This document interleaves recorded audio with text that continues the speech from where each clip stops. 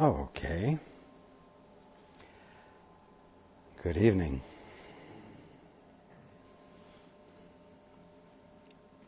And welcome to everyone who's joining us on the internet.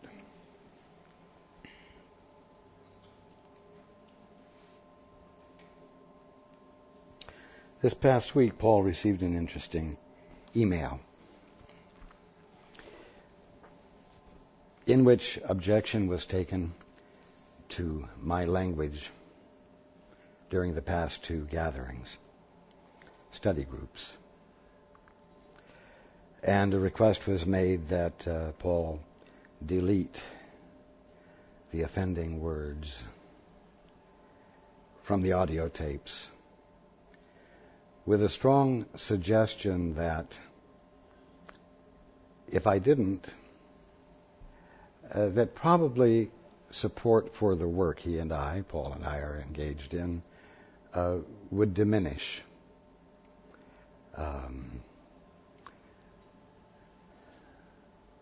Well, I'm not surprised. 2,000 years ago, people quibbled about my words. When I healed someone in the name of God, I was challenged because I did not have the authority to do that, meaning I didn't have the credentials that honored me with the right to do it. I was accused of consorting with publicans and sinners. In other words, not the upper spiritual crust of society. And the accusations were made with much judgment, if I may put it this way, much self-righteous judgment. I might suggest that a worse word than the one I used is actually two words: self-righteousness. Self-righteousness.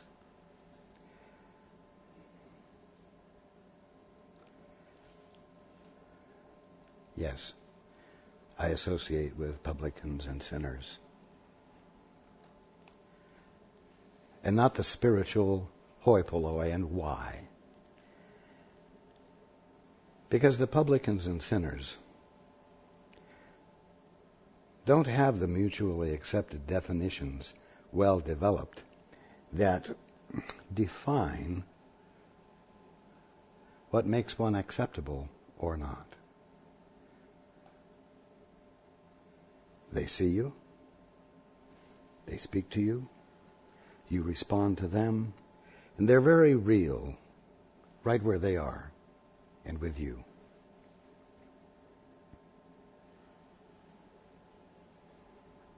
It doesn't matter what your background is.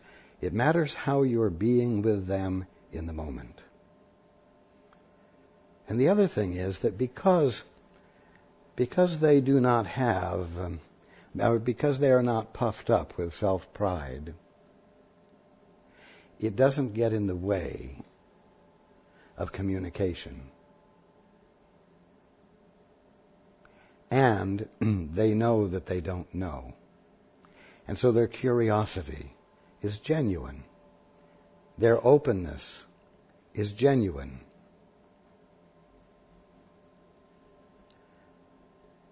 A year or two ago, Paul and Sue pulled into a little hole-in-the-wall pizza parlor. And they were in a rush, so they picked this place, which they had never been to before. And they pulled up in front, and there were about 10 Harley Davidsons parked out, heavy with leather and silver, and you knew these weren't casual cyclists. And they went in, and here were 10 or 12 leather-jacketed, bearded, gruff-looking, rough-looking men sitting around a table. And Paul and Susan sat down nearby, placed their order, and while they were sitting there, they couldn't help but overhear the conversation. And needless to say, it wasn't exactly what they were expecting. They heard the words Jesus and God and other Christian terminology, and they surreptitiously glanced over at the table, and here each of the men had a Bible in front of them on the table, and they were having their church service.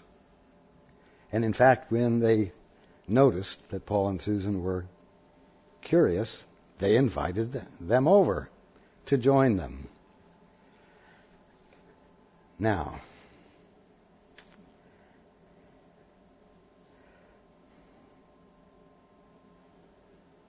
do you really think that I only talk to the people with clean minds? I mean, let's be real. And do you think the language of these bikers when they're out on the road is not worse than the word I used on a more consistent basis? And when they get mad, do you not think that they curse me? With a longer string of obscenities that express anger rather than a point. And do you think I'm offended?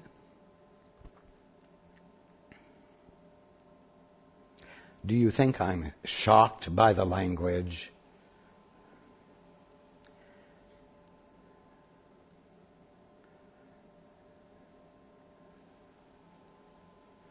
I'm going to tell all of you something.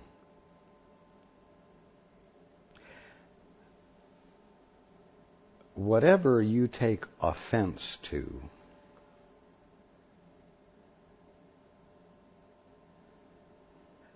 is something which you hold yourself apart from, and generally you hold yourself apart from it with a haughty, superior, self-righteous attitude.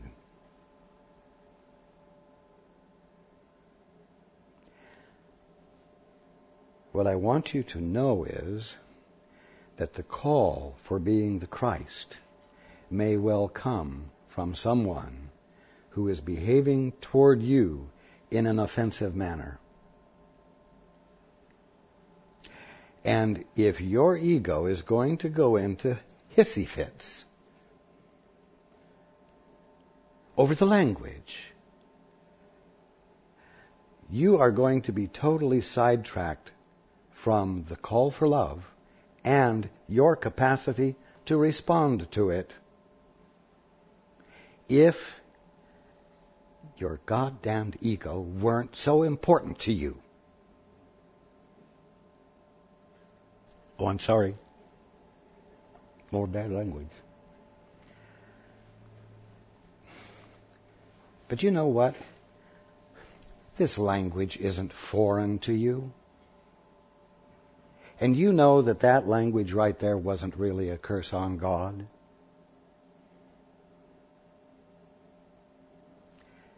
It's a phrase that's used. And you know what? I used it well there.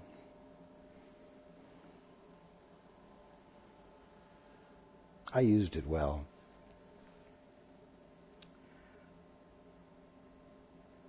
Because there is absolutely no cause for respect to be given to such immature, ungrounded spirituality. I hate to even use the word spirituality relative to it.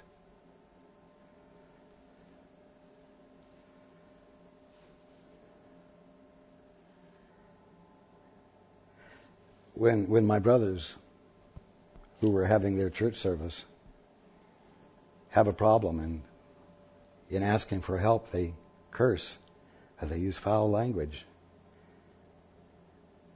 Because to them it simply expresses with strength the degree of their hurting. You know what? if they listen, and if they can hear me, they may well hear me respond with some of the words they've used. Why? Because I know how to be appropriate in the moment and speak in language that will be understood and interpreted as intimate, even though it's not the language I usually use. But it's time for those of you who might have been offended by what I said to be willing to become a little more real, a little more down to earth, a little bit less willing to be so easily offended.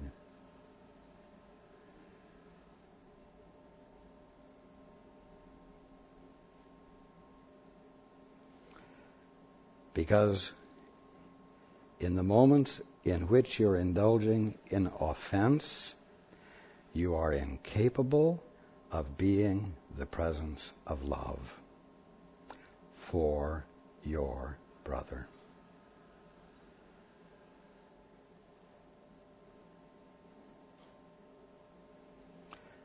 The question was put to Paul in the email. Ask yourself what came out of your very lips. Is this something God would say?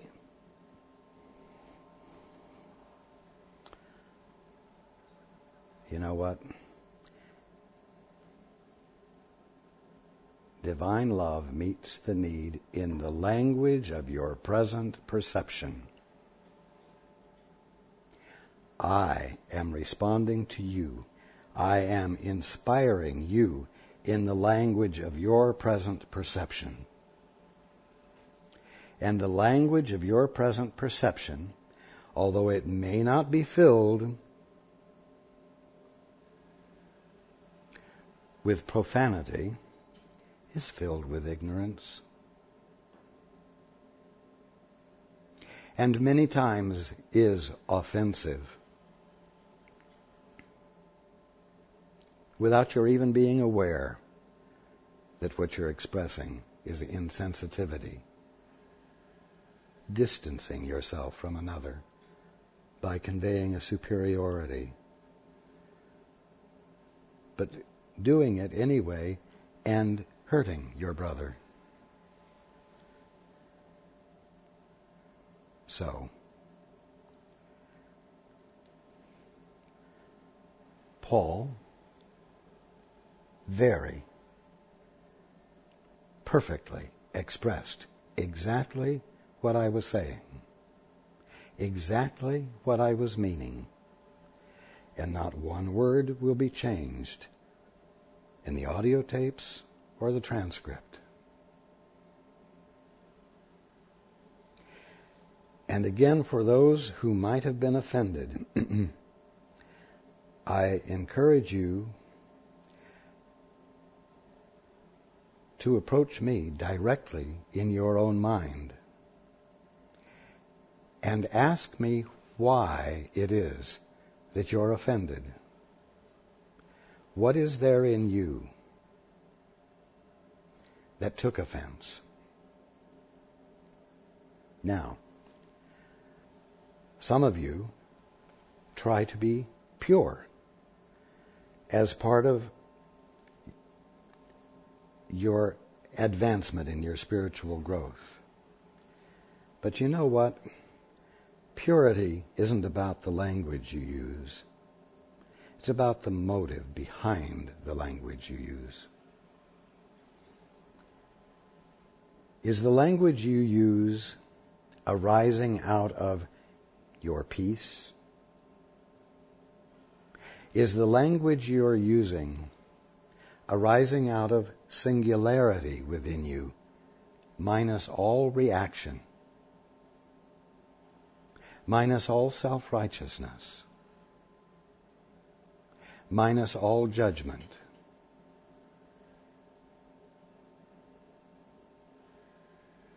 If it is, then no matter what the words are, it carries the unction of God.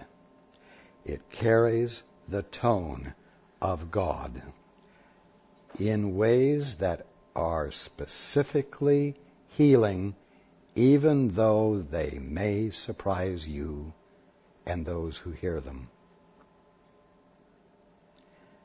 Purity has to do with the singularity or the unconflictedness of your mind when you are using whatever words you're using.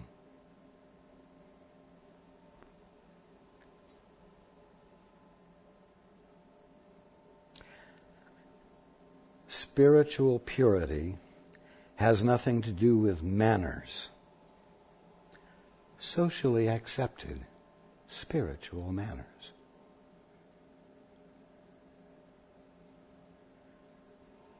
It has to do with your being able to hit the mark in the moment because you're in touch with the need and you feel/know exactly what will meet the need.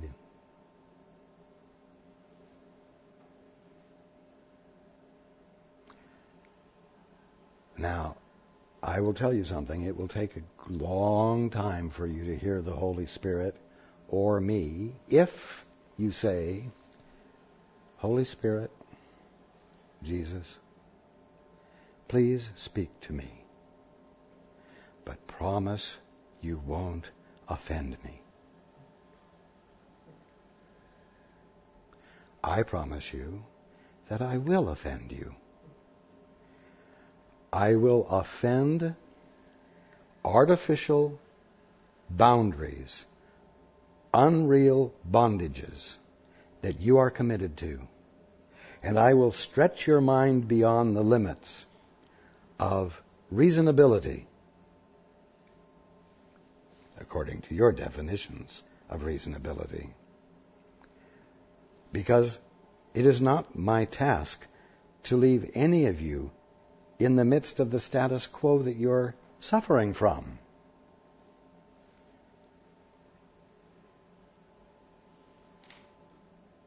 And so I will always be offending the artificial boundaries that you are binding yourself with.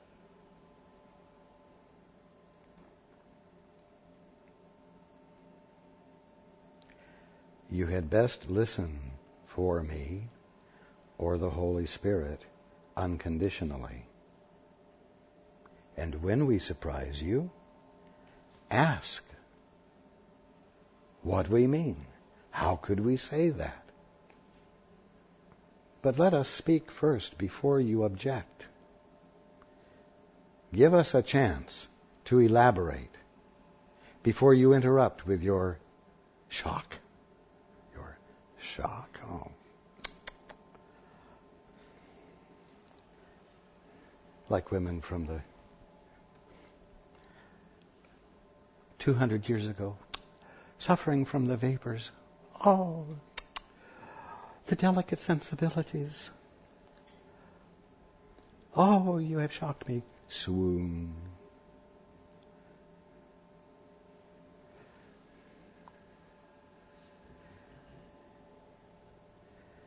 You know, there are 3 steps. Listen to me. Listen to the Holy Spirit. Learn and do. And the do part means act in a way consistent with what you have heard and learned, whether it abides by the mutually agreed upon definitions that everyone is operating under. If indeed you are going to be an agent for change, if indeed you are going to wake up, you are going to begin to behave in ways that are inconsistent with the status quo, that violate and offend, whatever the current sensibilities are of the group you're in with its mutually agreed upon definitions and meanings that everyone must abide by if there's going to be any kind of sane order to life.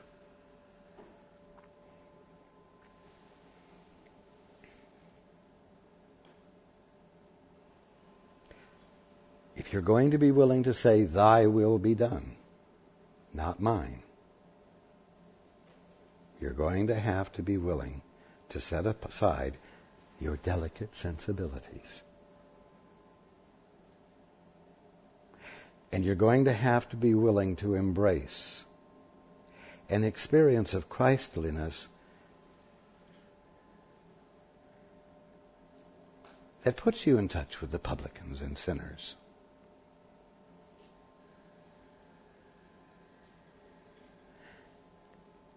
That puts you, so to speak, in the workplace where the work can be done and the changes can be effected and the contribution can be made where the contribution will be received.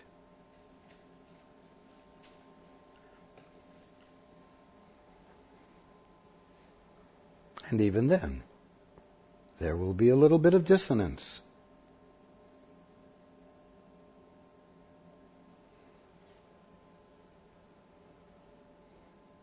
You know, you are all good without a facade of spirituality, without a facade or mannerisms of purity, without language that, because it has no dirty words in it, denotes the level of advancement you're at. This is all ego.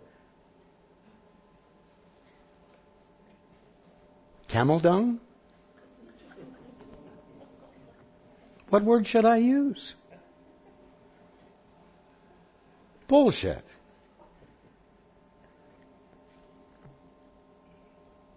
No one misunderstands the meaning.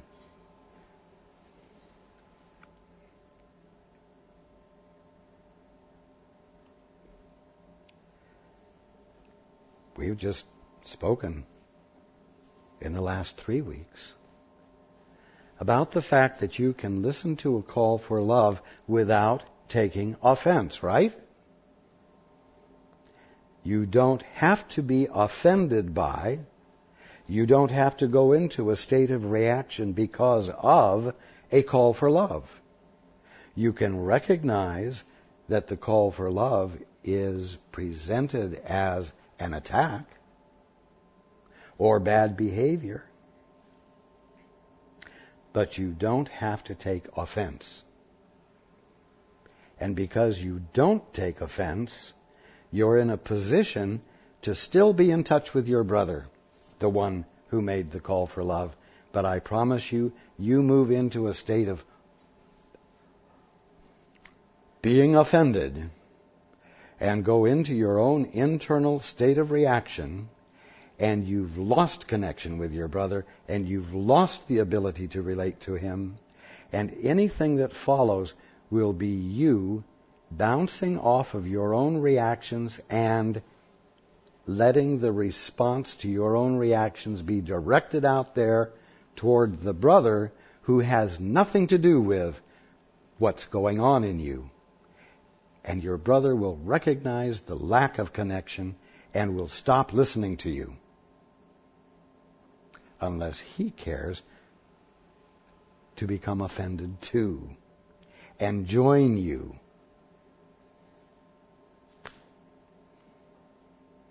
Then the blind leading the blind, both will fall into the ditch.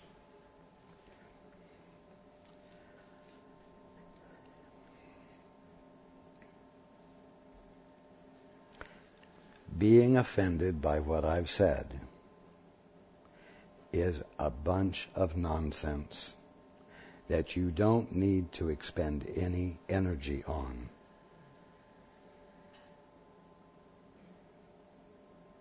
Being offended by anyone's behavior is an activity that is useless and keeps you, absolutely keeps you, from being able to be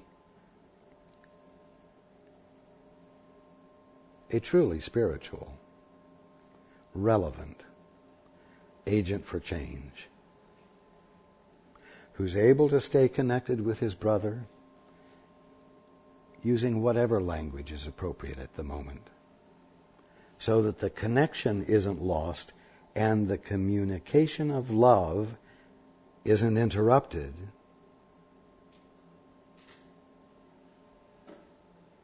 And the reason for being together, the reason for the communion, can stand clear and be healing.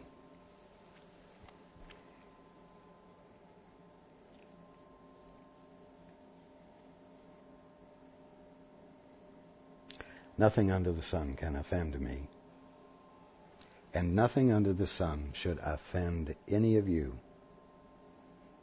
And if it does, get to work on it. Get to work on it in terms of, for lack of better words, being willing to not distance yourself from it. Let yourself be with it.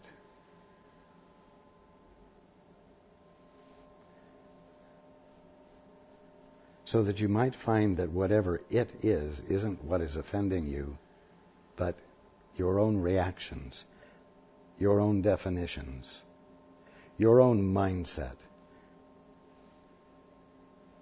which constitutes your own bondage. Be with it until its offensiveness leaves, dissolves. It doesn't mean that the language will be adopted by you, so that every other word is profane. But it means that when you hear it, you can still be in your peace. And if a call comes for it to be appropriately used, you can use it without reaction, so that it does not carry with it to the one you're using it with anything other than the purest meaning that you are conveying, which will never be hate or self-righteousness.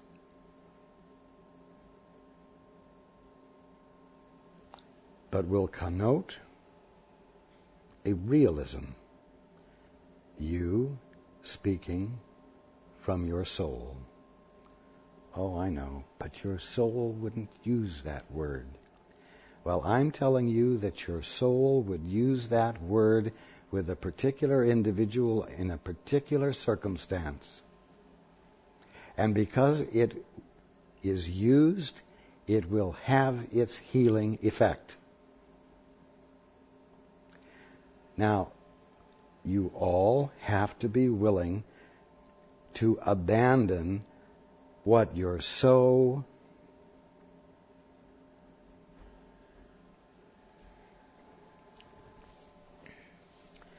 God-damned confident about.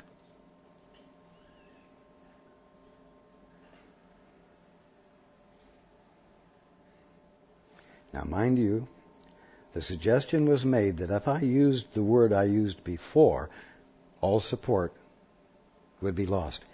And I haven't used it, have I?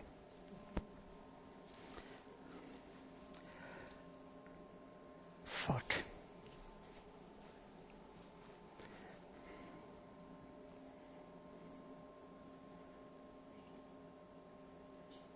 Just call me the Lenny Bruce of the new spiritual community.